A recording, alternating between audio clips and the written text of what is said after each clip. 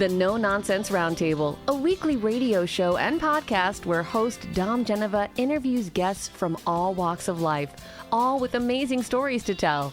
And now, here's your host, Dom Genova. This is Dom Genova, host of the No Nonsense Roundtable, right here on WYSL WLEA. Now, our first show on WYSL WLEA was last Saturday, and I think a lot of people got a taste of what we do and how we do it. So we're going to do that again, but let me give you a little bit of what's happening this week. I call it on assignment. For as good as our show was last week, something else happened during the day that was really fantastic, and that is my daughter had our second grandchild, and they live in Indiana. And I am here in Indiana on the Notre Dame campus. Behind me, of course, is the Golden Dome, and we're going to be here for a little bit. But in the meantime, I prepared another great show for you. We have Amy Folwell on the show. She is a Marine, and she said once she became a Marine, she is always a Marine for the rest of her life. We have Todd Baxter, our Monroe County Sheriff, and he has a few great minutes of a short that we do on Thursdays, and it's got like 9,500 views on YouTube, which is pretty cool. We have a report from my town, Middle Finger Lake, where life is perfect but could always be better. And we have a consumer protection moment based upon my book, Don't Be Taken for a Ride, Know What Your Dealer Knows, and Drive Home Happy. Do you know what a dealer bump is? Do you know how serious it can be if you get a dealer bump? Do you know what a bump is? You probably don't. But if you do, God bless you. And if you don't, you're going to find out today. And my book is available on nononsenseroundtable.com, don'tbetaken.com, and you can get all of my previous shows on nononsenseroundtable.com. There's some pretty interesting shows there.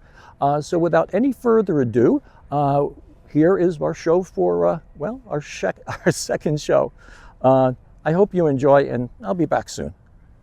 Well, welcome everybody. We are having a wonderful conversation with a woman by the name of Amy Folwell, and she is a Marine. You are not actively a Marine right now. Correct. You are a Marine. Yes. And Amy, one of the sections, as I said on the last show, is that we're going to have on the No Nonsense Roundtable is every week I'm going to set aside some time that we normally would have commercials for medication or personal injury lawyers or something like that. And instead of doing that, I bought the time myself, and we are going to spend some time honoring people that have been in the service of this country, and we owe so much to. And as a Marine, and as Amy told me before the break, that once a Marine, always a Marine, which I could certainly understand. The loyalty and the camaraderie of being a Marine is something extraordinary.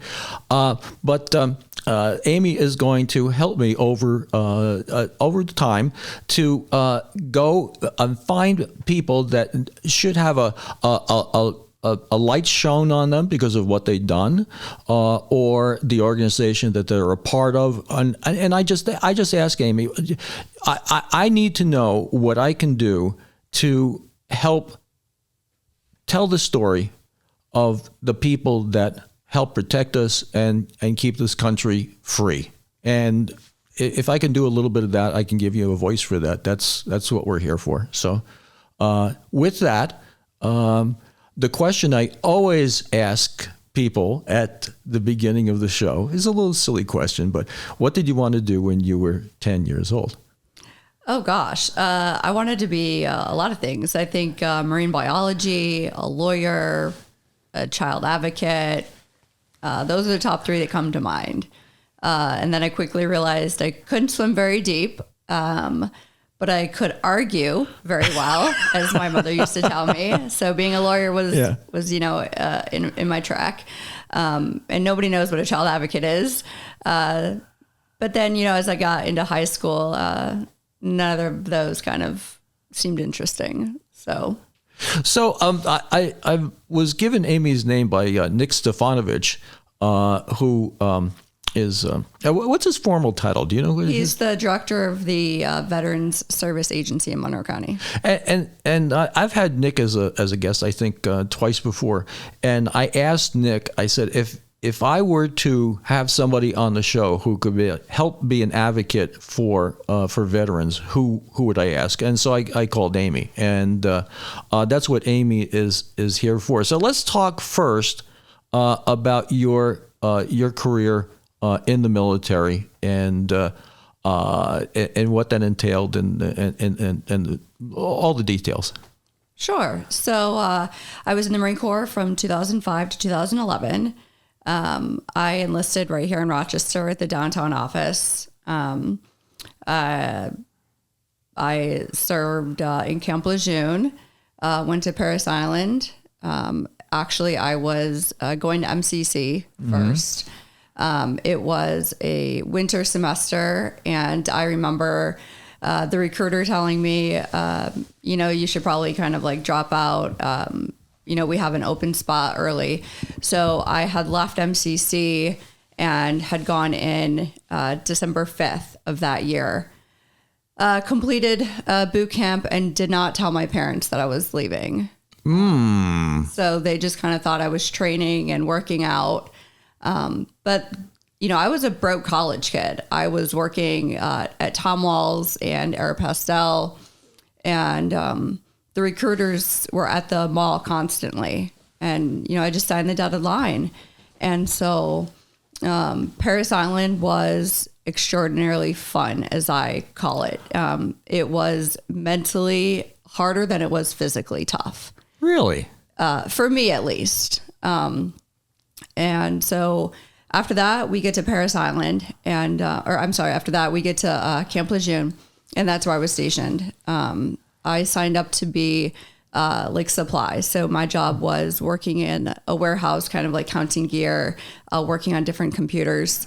It was very soon after that I got orders to deploy. So it was 2007 that I got orders to deploy to Iraq. And when I got to Iraq, it was my 21st birthday. Mm-hmm. So I had literally a beer in one hand and my rifle in the other. And so, the flight over, and we land right in TQ, which is Al Taqaddum. And we were there February, because my birthday is February 18th. And it was maybe April-ish early. I had started noticing that there were some issues going on with some fellow sergeants that I was working with.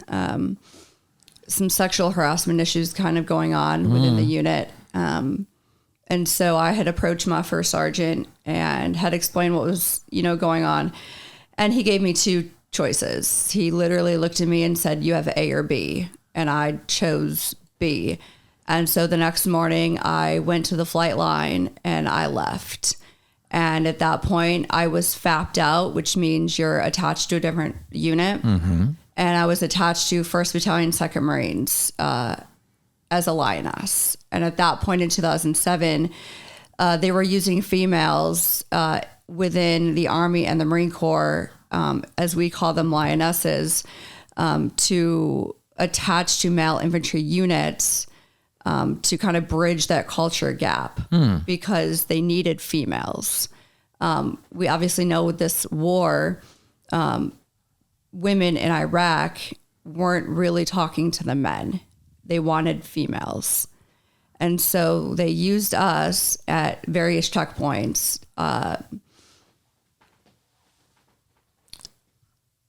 And we did everything that the guys did. We searched the females, we talked to them, we got intel from the females, from the children. So I was over in KV, which is Korean Village. I was in Rupa. We did checkpoints over in Blue Diamond.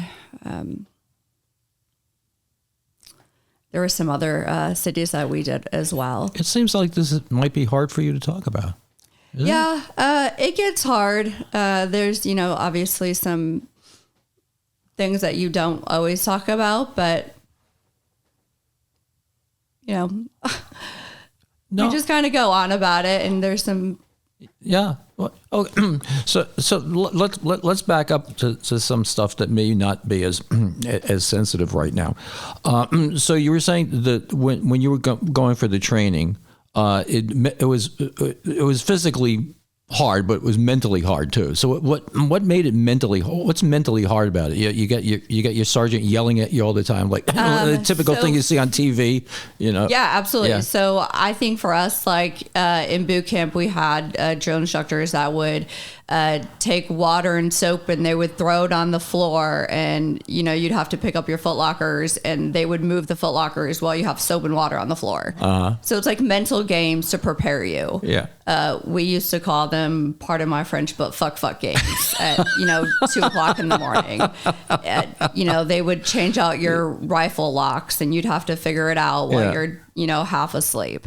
So it's little things like that, but it's just games, to literally mentally prepare you when you're, for the sleeping. unexpected. Yeah. Correct.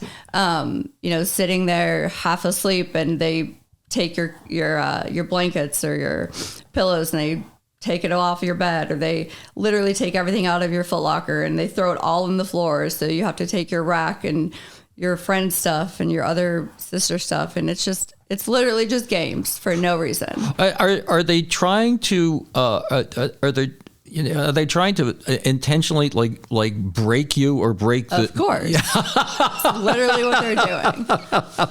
We used to just call it like we have time in between like chow and the next activity, so that's what they're doing.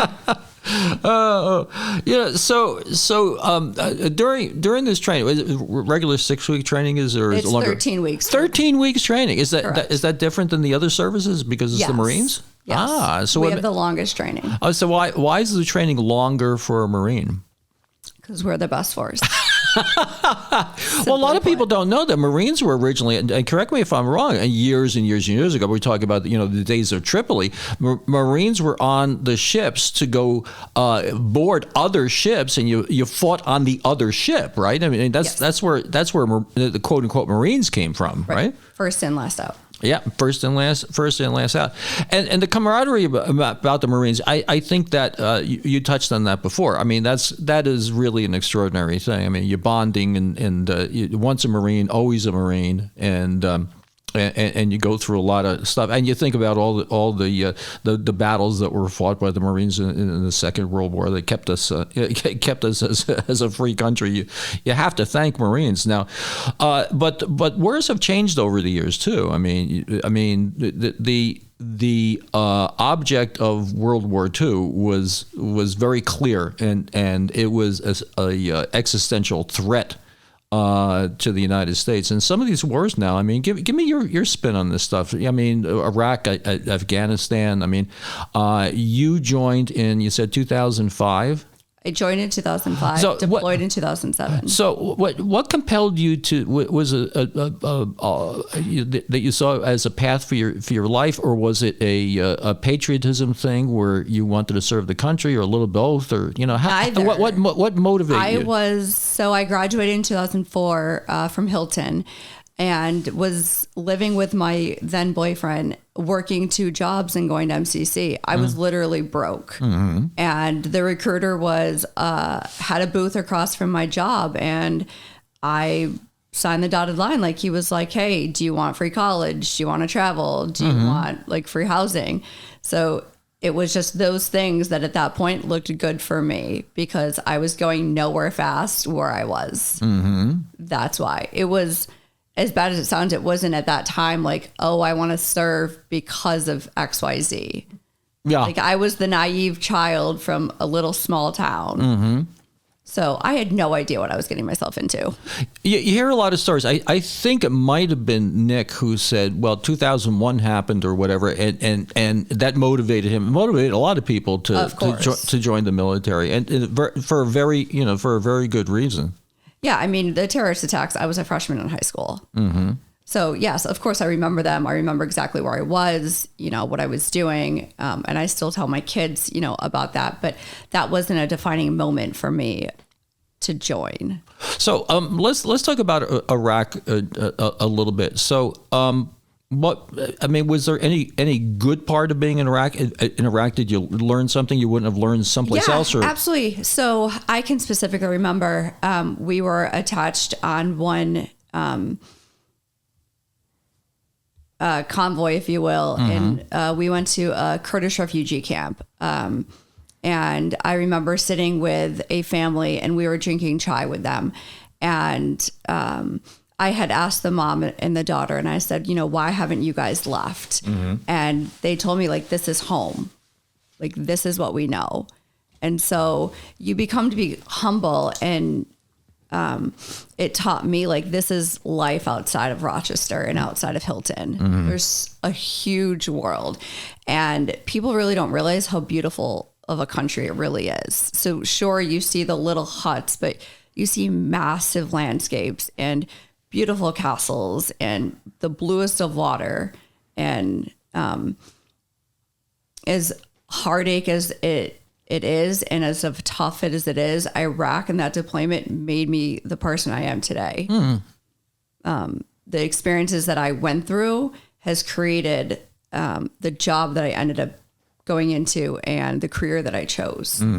The people that I was with in 1-2, one of the staff sergeants who ended up retiring is the godfather to my youngest child. Oh, wow. So if it wasn't for that transition and for that opportunity, I'm not sure where I would have ended up. So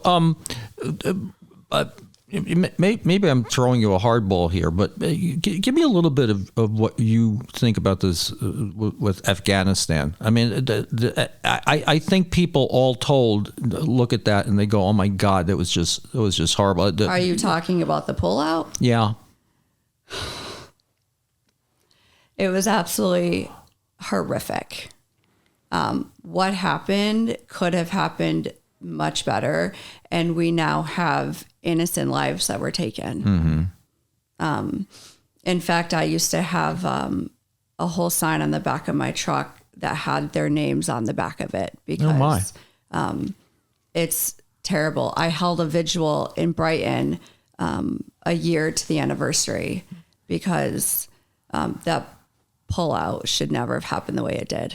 What is your opinion? What should have happened? Left a couple thousand people. Yeah. I'm not in that rank position to even have an opinion. Like, I'm on the bottom of the totem pole. God bless you. But God bless you for saying, very seldom do you have somebody on my show that's that honest. That's for yes. But when you have 13 lives that are taken like that quickly because that abrupt decision is made, I don't know how he sleeps at night. Yeah. Yeah, and the thing is, I mean, I'm old enough that I remember Vietnam and that whole deal, and that was worse than that. It was worse than that. In this day and age, you think we would have known better, right? That's the thing, and that's the thing that I look at with you people in the service of the country is that. It's like that thing. Yours is not to question why, but yours is there to go and die or whatever it is. Anybody, a little bit of military history. The Charge of the Light Brigade. You've heard of the poem, The Charge of the Light Brigade? The real thing. It was ordered by somebody not on the field of battle. Okay. And I think that's what we get into a lot of times with these conflicts and stuff. I mean, somebody's not on the field of battle and they're making a decision, and it's a really bad decision. So let's get a little bit into the weeds about into the weeds. That's probably a terrible way to say it. Let's get a little more specific about what you do and the different organizations that we're going to hopefully shed a light on the No Nonsense Roundtable and where we're going to take this in the next, however long we do it. Yeah, sure. So, I got out in 2011. I was medically retired after being injured. And so I came back to Rochester. I earned my master's in social work from Roberts. And that came with the help of my parents, who were so gracious enough to watch my then oldest, who was just a toddler at the time, And it came at a cost, though. You know, I have a traumatic brain injury. I have PTSD, just like many other veterans. And I struggled. You know, that transition is difficult. You know, the isolation and the depression, the anxiety, the, you know, being hypervigilant, all of it when you first get out. We are so grateful, though, in Rochester to have an abundance of help here. There's so many agencies that a lot of veterans don't tap into. And we can talk about that. So after that, I kind of just stayed in my own little bubble. I lived in Hamblin, but as I started to meet people, I think people realize that I'm the type of person that I always have the mentality of it's not what you know, it's who you know. Mm-hmm. And so, and it's really true. I always know somebody that knows somebody else that, you know, can get the job done. So people would start calling me, hey, I have this vet who needs this. And I'm like, okay, we'll call this person. But I did it kind of from the rear. I never wanted to be in the front working or volunteering or, you know, just anything. I just kind of sat at home and did it. Mm-hmm. And I was fine with that. Until Nick asked me, hey, I need help chairing the Monroe County War on Terror Memorial. And I was like, yikes. And this was actually during COVID. I had started helping to share some of my coupon pile because I'm an extreme couponer, and I slept on it. I really at first told him, no, I don't want to do this. I like kind of just staying at home. And then I told him, yeah, I would. Mm-hmm. And so what that entails is really full force. The Monroe County War on Terror Memorial is in Highland Park. It's now called the Gary Bykirk Memorial Park. It's right adjacent to the Vietnam Memorial. It was built in 2021. It honors the 34 fallen heroes from Monroe County and surrounding areas. And we actually honor the 3 from Beirut. So we go back all the way to 1983. Wow. Where other counties don't include Beirut in the war on terror. Mm-hmm. They just include 9/11 and going forward. So we have obviously the pillars there. We have all of the names. So the memorial itself is already there. So what we're doing is we're fundraising now to add more context. If you've ever seen the Vietnam Memorial, in their garden in the Learning Center, you'll see that there's actually a map of Vietnam. So when generations and younger children come, they can actually see a picture of Vietnam. Mm-hmm. At our Generations Memorial, you don't see that. There's empty pillars, which was done on purpose because at that time, the war on terror was still technically open. Okay. Now it's closed. Like that war is done. So we're creating maps of Vietnam, of Beirut, Iraq, and Afghanistan, so that when future generations come, they can actually see where these men and women perished. That's a great idea. That's a great idea because now you are teaching. Correct. You're not just walking through to see names. You're actually teaching where these countries are, and you're giving a full picture. Right. Yeah, you're honoring and teaching at the same time. At the same time, which is fantastic because I said, especially Beirut. You know, I didn't think about that. You know, because back in the day, I remember when that happened. Right. You know, and Ronald Reagan was president back then. Mm-hmm. Yeah, that was a horrible experience. So what is your title now? I mean, what do you? So now, it's still a volunteer position. I'm just the chair of the committee. Oh wow! Yeah, it's not a paid position at all. It's just like Vietnam. They're just a volunteer position for Chuck, which is the president of the Vietnam. Okay, so let's go over a little bit of a list of the organizations that are here for Veterans Health, and then I want to get into like your fame here too, because there's what was it, Netflix or what show was this you were featured on? It was a Lioness, yes, and you can talk about that. You can tell I did very little show prep, ladies and gentlemen, but I have Amy here to help me, so this will go out fine. So let's talk about the organizations that people know, and maybe some of the organizations that people don't know. Yeah, so I mean the big ones that people obviously know about local in Rochester, there's the Veterans Outreach Center. There's Sonny Mike Foundation. There's the Marine Corps Coordinating Council. There's the Veteran Service Agency, Western New York Heroes, which is up in Buffalo. You can tap into American Legions. You can tap into VFWs. You can tap into... Well, let's talk about these organizations and what they specialize in too. Okay. So give people a little bit of an idea. So VOC obviously taps into financial resources, work, housing, counseling. They have a plethora of things that they can do for you. Compeer Corps is another one. They have activities for families. Sonny Mike Foundation provides financial resources for veterans within all 5 surrounding counties. One Soldier On provides gift baskets to homeless veterans. American Legions and VFWs also have grants for active duty and active duty reservist. And also sometimes veterans, there's a grant that you can apply for there. Well, one of the things that I think people want to maybe know about is that if somebody wanted to, who hasn't been in the military like me, help contribute whatever, whether you have time or you have, let's say you have time.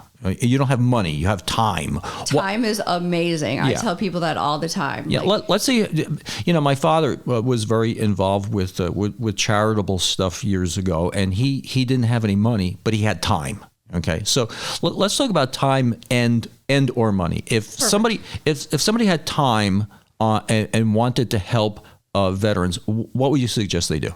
I would suggest you jump online and you can come to events.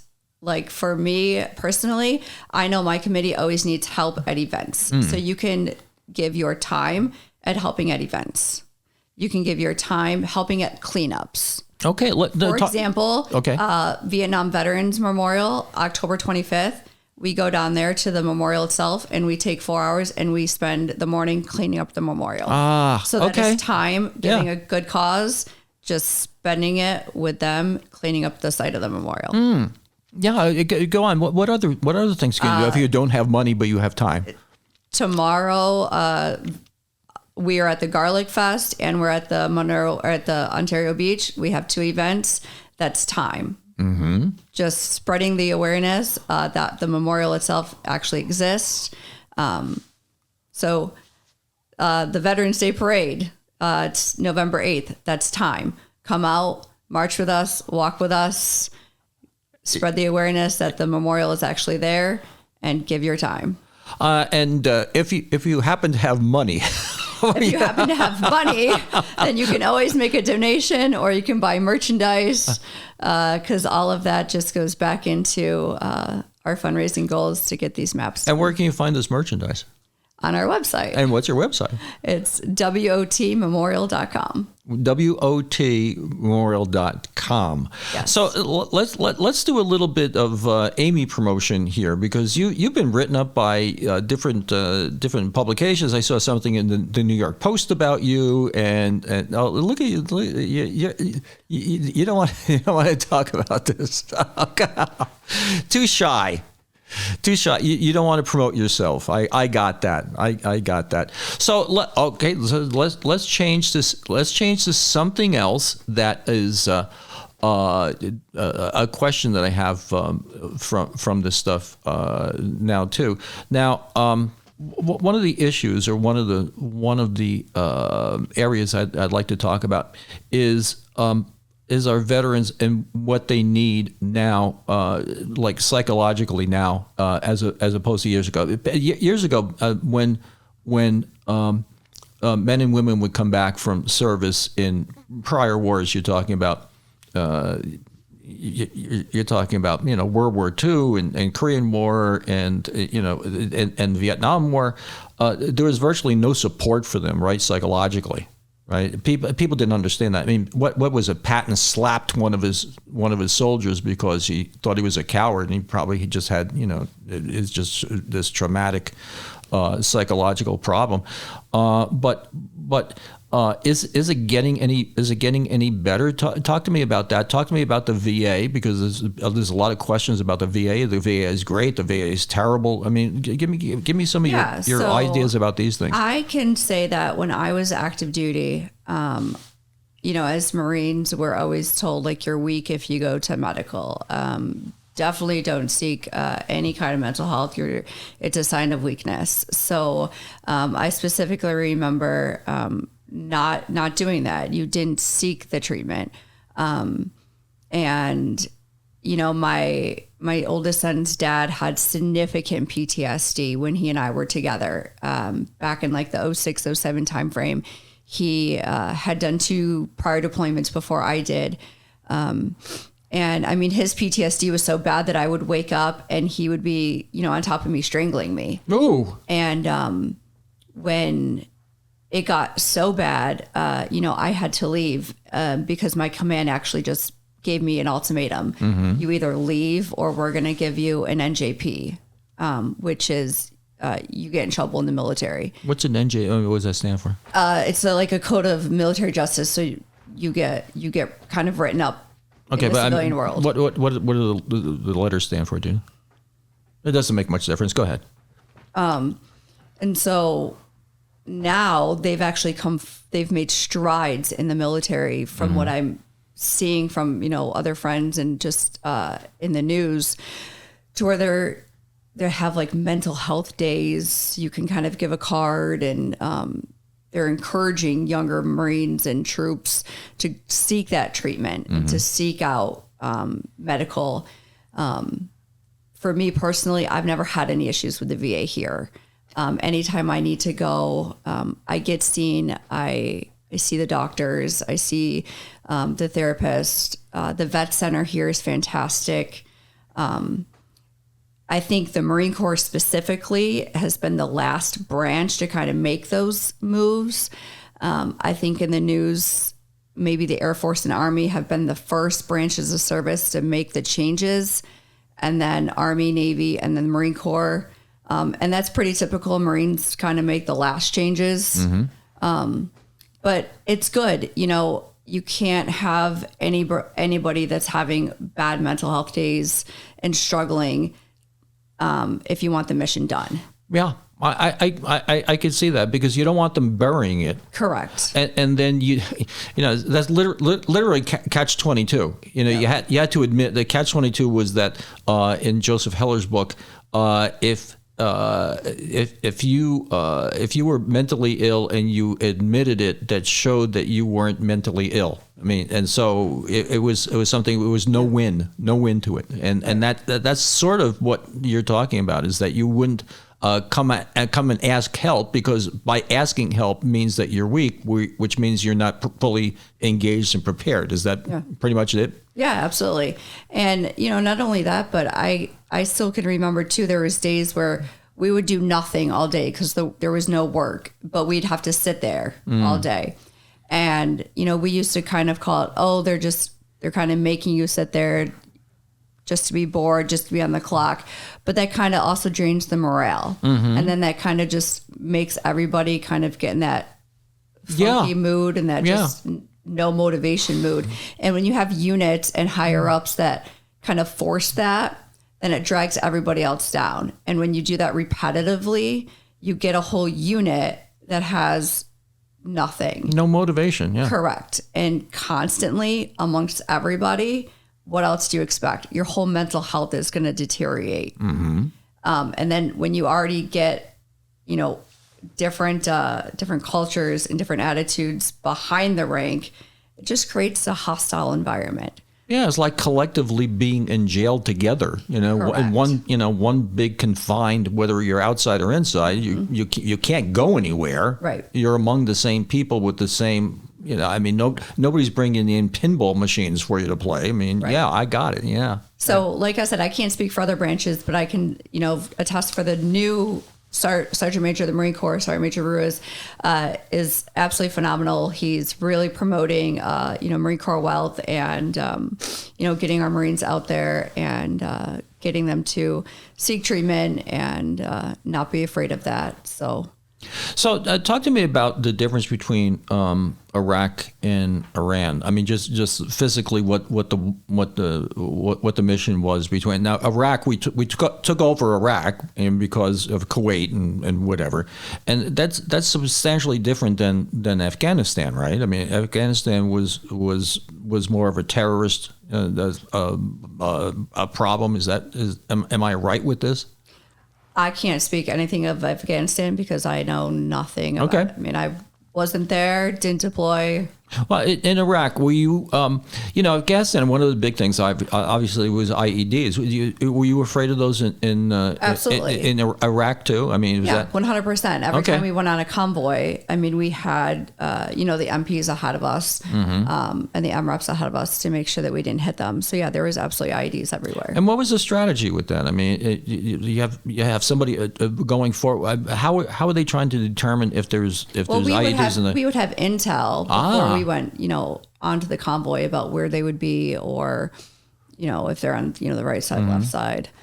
In fact, I can remember that there were sheep everywhere. In fact, I say here, sheep in Iraq are like seeing squirrels in America because they're just everywhere. But that compels a question. You have all these sheep running around, but I mean, don't people eat the sheep? Or why are they just running around? They should be in like herds or something, right? Oh, they're in herds. Oh, okay. They're just spare ones that are. They step on a landmine, whatever. Not all of the IEDs are like you step on them. There might be somebody off with a radio control or something, right? My God, how do you keep your sanity? You pray. Yeah. Actually, when I was with 1-2, I became really good friends with a couple of the guys, and when we were on post, we developed this weird kind of hobby, if you will, where at nighttime we would look at the stars and we would just find constellations and we just found them all. And it was kind of our way of what we would call R&R. And then during their R&R, which is like your rest and relaxation, another one of the Lioness and I, her name was Corporal Orcutt, who I still speak to today, we would go around and we'd make sure that the guys changed their socks and they ate and they changed their clothes and they showered, because if you didn't, you'd find them still in the same clothes. And I'm like, guys, nobody wants to smell you. Please go wash up. Please go make sure you eat. And these guys are just young and they would have just laid there and not changed. And so we kind of became the moms, if you will, and they really developed the respect, because you get this perception that, women with the guys aren't respected because, we have to carry our own weight, or we don't carry our own weight, and, oh, we can't do this, and we don't fire the same way, or, we can't carry this. But we did everything they did, and even more. And so they really, really, liked us and respected us, and it worked out well. That unit really, really engaged us, and I'm forever grateful for being attached. There seems to be a sea change now in with this new administration about what the charge is of the military. The military is there to do a specific objective, and it is to win a battle. Whatever it is to win a battle. And a lot of the emphasis for these ancillary things that they tried over the past year or two or three, have been either ignored or done away with. And they say lately that recruitment's been up, which, I hope that's true, but it sounds like it might very well be true, because people are feeling that they're being backed and their mission is clear. The thing is that your mission in a lot of cases is to win a war, and you don't win a war without without killing people. I mean, that's part of the deal. Right.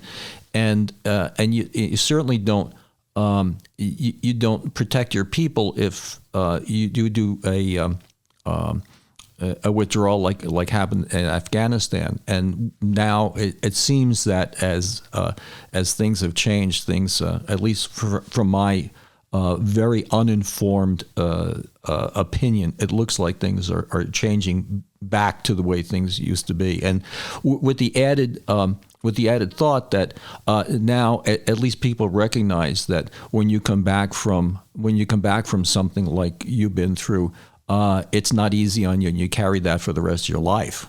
Yeah, no, you absolutely do. You carry it. So, what do you tell your children, or what do you? I think a lot of vets is like I talked to you before about my father-in-law. He never talked about his experience in the Second World War. He was in the Navy and he saw a lot of action. He would talked about fishing bodies out of the sea. You know, it's had to be a horrible experience, and them going through these battles and stuff. But I think that I think there's a lot of hidden pain if I would make that thought, so. One of the things I try to do, personally speaking, is, if I see somebody that's been in the military, is to thank them for their service. And I think that's probably one little thing that people can do that doesn't make a difference. Yeah, no, you're absolutely right. Especially if they're Vietnam vets. I always try to make sure that at least my kids go up to a Vietnam veteran and thank them, because our Vietnam veterans were just always disgraced on. So. Yeah, and that's exactly right. And there was no support for them. I mean, correct. And somebody was saying once, and I think this is true. When you came back from the Second World War, you were on a ship, mm-hmm. and the ship took how many weeks or whatever to get across the ocean. You sat and you kind of decompressed and whatever. In Vietnam, they put you on a plane, you're back home the next day. Right. And there was no transition at all, and all of a sudden you're in Da Nang, and then tomorrow you're in Rochester, and then you're on your own. Yep. There's no support for you either. So, yep, things have changed. Some things changed for the better. Yeah. So let's kind of brainstorm a couple of. Do you have a couple of people that you would like to have on the show? They come off the top of your head. I can think of a couple people right off the top. Yeah, let's go through a couple of people. There was the gentleman's name is Foy, right? Is the fellow that was Jack Foy? Jack Foy, yeah. You had him on the show before. Yeah, but I'm going to have him. We'll have him on again. Yeah. He was in the Battle of the Bulge. Yes. Oh my Lord, the stories he has is just absolutely fantastic. Yeah, of course. He's always a good one. Yeah, and of course we had Nick. Okay, now we have you. Okay, give me a couple other names you might suggest. Carl Schwab is a commander of the Tri American Legion, Purple Heart recipient, fellow Marine. He may be willing. Lee Beggy, chief in the Navy, in the Sonny Mike Foundation. He may be very well willing. Lauren Coe, Kathy Conones, you have Elizabeth Medina. You're going to be a wonderful... You have Colonel Bird, little female, love her to death, is like 26 years, like 88 years old. She's a spitfire. Oh my Lord, look at the smile on your face. I actually met her for the first time a couple weeks ago. Everyone kept telling me, you don't know who Colonel Bird is? I was like, no. And she's literally like 4'8", and I'm like... She's the cutest thing. It's not a bird colonel. It's a bird colonel. It could be bird colonel bird. Yeah. The Catch-22 had major as a character. Have you ever read the Catch-22? If you haven't read it, you should read it. We actually had to read Catch-22 as in philosophy in college. So, set in the World War II. I would suggest people read that because it is just a great, I don't know, treatise or whatever they call it on life. So you're going to you're volunteering now to be a source for me Great. Well, we're going to advance the thought of helping vets, and you are either going to help co-host or send people my way. Either way, Yes. up to you. And we're going to try to do a little bit of good, and then each of these we're going to make into short takes, we call them. I have a short take, and anybody listening to the last show knows this. I have a short take from Don Alhart, and we got 97,000 views on it. We got one from Bruce Pilato talking about Ringo Starr, and that's got like 56,000 views. I mean, this is good stuff. I mean, this is like Metro numbers. And actually, there's a long show that we did with a lot of visuals in it about the Holocaust. I have a friend of mine who wrote a book about the Holocaust, and it was what it was is that his parents, his father, snuck under the gate of the border, the fence at the ghetto, and went to fight the Nazis in the forest. It's another one. That's another great story. Great story. It's beyond comprehension what his father and his mother went through in the Holocaust. So, with that, we have a whole show here in the box, and thank you for coming in, and we're going to be doing more of this. It's a delight to know you. Thank you for having me. Well, which is one of the reasons we do this show is we meet people we become friends with. And now, a visit with Monroe County Sheriff Todd Baxter. But like I said, we got a couple of questions, and really good questions. I mean, one we have from a nice woman we know, her name is Shwanda, and she was talking about bail reform. And we were talking about bail reform the last time, how important that is. Yeah. So what specifically do you expect to happen with bail reform this year, if anything at all? I mean, are there any wheels in place that are happening, or is it sort of just a wish list right now? So yeah, it really is probably a wish list. We prepared draft legislation. We're going to have a bill number pretty soon, and it clearly defines a dangerous standard and a repeat offender standard. It encompasses all the laws, all the reforms, not just bail, but raise the age as an example to juveniles. So we'll be marketing that, pushing that, pounding on doors in Albany with a very diverse group of people. But we realize this is not an election year for most of our legislators, so they're not going to be too in tune to change anything. They got no reason to. But we want to set the table for next year. One point of hope that we saw is the governor's announcement. When she did her budget announcement, she talked a lot about reform. She talked a lot about detaining people that need to be detained, that are just doing the revolving door. She spoke on those things. So we still have her ear. We're excited about that and working with her to see if she can get some momentum through the legislature. But really, this is truly a legislative problem. It's not an executive branch problem. So I'm to paraphrase what you're saying, I mean, Yeah. you're trying your best, but really it has to do with putting pressure on the people that are making the laws. Well, yeah, and yeah, pressure could be many ways, but the idea is we know what we need. I'm a law enforcement professional, right? I'm an expert. Whether you like it or not, I've done this for 40 years. And I know the tools that we're lacking right now to keep the public safer. So we're going to keep that foot on the gas pedal. We haven't let it up. We're just going to build the momentum over this year, it looks like, because the answer to her great question is, I don't think anything is going to get done this year because there's no reason for any legislators to change anything right now. Yeah, another question we had, a fellow named Tom, he goes, it's generally accepted that a lot of the problems that you have in crime are mental health Sure. Yeah. Huge. correlated. Is there anything on the horizon with that that's going to show some extra results anytime soon? I mean, are there any programs that are being established? Yeah. Is there something in place or something? Another question is it just another wish thing? Yeah, no, I think you have more momentum on that front, only because everybody realizes we have one hell of a mental health problem. A lot of the criminality we see is related to mental health. As a matter of fact, we did a point-in-time survey just a few years ago in the Monroe County Jail. Of everybody that was in the jail on that given day, 66% of the people had a mental health transport in their life or a mental health diagnosis. 2/3 of the people had some kind of mental health trauma in their life. So we realize those two correlate, and a lot of the criminal activity is related to mental health. But don't forget, we deinstitutionalized mental health a couple decades ago, right? And really never filled the gap in our community. What do we do with these people besides stick them under a bridge or have them wander up and down the streets because there's no place for them to go. So We're looking at diversion programs right now for people that are caught in the criminal justice system that don't need to be in jail, like the BHAC unit over at the old St. Mary's Hospital, still St. Mary's.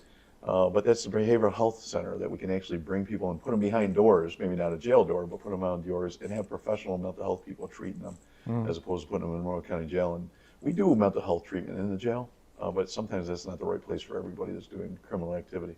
Yeah, I'll give you kind of a silly question here. Yeah. Maybe it's silly, maybe it's not. But somebody wrote in and said on the squad cars you have these Kleenex boxes on the back of the squad cars. The license plate readers, is that what that is? Yeah. Well, so I never heard that term before, though. I like yeah, it. they're Kleenex boxes. Yeah. So are you recording when you go by a squad car? Are you recording everybody that goes by your squad car? So we're recording, but we're not looking at everybody, Okay. right? So that information is constantly being gathered. And then if we need that information, we can go look at it for cause, right? So as an example, we can put in that license plate reader ahead of time, stolen vehicles. We can put in that license plate reader ahead of time, looking for a missing person, and here's our license plate. So as a squad car, as you call them, goes by someone, that'll alert the deputy, it'll ring on their computer. But the rest of it, it's recording that information, and it's only retained for 30 days, and we don't look at it unless we need to look at it for some kind of cause. I'm laughing because you know how I feel about keys. Is that the way you find the keys? Well, yeah, absolutely. I mean, you plug in all those stolen license plates, and the technology is getting so great, it just doesn't look at license plates anymore. The technology, Really? AI, can look for a red Ford pickup truck with a dent in the front corner panel. You can put that in the computer, and it could be looking for red Ford pickups right in Monroe County right now with a dent. So if you have a kid that was abducted and we don't have a license plate, we got a vehicle description, we can now put that into the license plate readers, and the cameras of those will start looking for red Ford pickup trucks. And there might be 10 running around Monroe County at any given time, but it'll at least alert we have 10 red Ford pickups that we can start reducing. Yeah. Yeah. Hey, this is Dom, and I promised I was going to explain a little bit about what a dealer bump is, or a delivery bump, more accurately, is when you go shop for a car or go buy a car with a car dealer. And this is what it is. If I was to describe it as in the dictionary, I would say it was a change in terms when you go to pick up the car that you did not expect. So it happens sometimes on purpose, and it's a tactic, and you need to be aware of this. So let's use an example. Let's say you went and you shopped for a car and you found a dealer that was giving it to you for $500 less than the next guy. Sounds really good. But then when you go pick up the car and you see your financing, the financing went up by $20 a month. And the dealer says, well, your credit wasn't quite as good. And some people are very nice. They go, oh, yeah, well, maybe I missed a payment here too, and whatever. Maybe your credit's fine. And at $20 a month, that's $1,200. If you have a 60-month note, that's $1,200 more you're paying than you thought you were. So you got saved $500 on the front end of the deal, but you got stuck with $1,200 on the back end of the deal. That could even happen when you're talking about getting your car serviced. I mean, did you get a guarantee price for fixing your car? Or did they come to you, like my daughter just happened to here in South Bend, Indiana? They gave her one price to get the car fixed, and they told her it was going to take a little bit more time to get it done, and the price went up. You know what kind of a battle you have to go through then. Do the dealers give you a guaranteed price or not? And the other thing is, you have to understand that there's a concept called the four corners concept when you're talking about a contract. It's governed by the four corners that is in the contract that you signed. So be careful of what you sign, because verbal agreements really aren't worth any more than the hot air that they are. That's my advice for the week. This week's update from the town of Middle Finger Lake. A flash riot broke out last Thursday at Clyde Metcalf's Handy Pantry convenience store when it was noticed by a bunch of radicals that he now had an ice machine in his parking lot and was selling ice for $1.99 a bag. Karen McCarthy, leader of the protest, claims that anything with the word ice is a front to the moral foundation of Middle Finger Lakes. The impromptu riot was quelled when Clyde agreed to paint over the word ice and replace it with frozen water cubes, which the crowd promptly bought in bulk, opening the bags, spilling the cubes on the ground, contending the action would help global warming. The crowd dispersed quietly, except for the person who identified as invisible acquiescing to his identity. They didn't look for him. More at 11. This is Justine P. reporting from the Middle Finger Lakes studio in the town of Middle Finger Lakes. Join us next week right here, and you can see the recorded interview now at nononsenseroundtable.com. And don't forget to order your book at don'tbetaken.com. That's all for now. Carry on.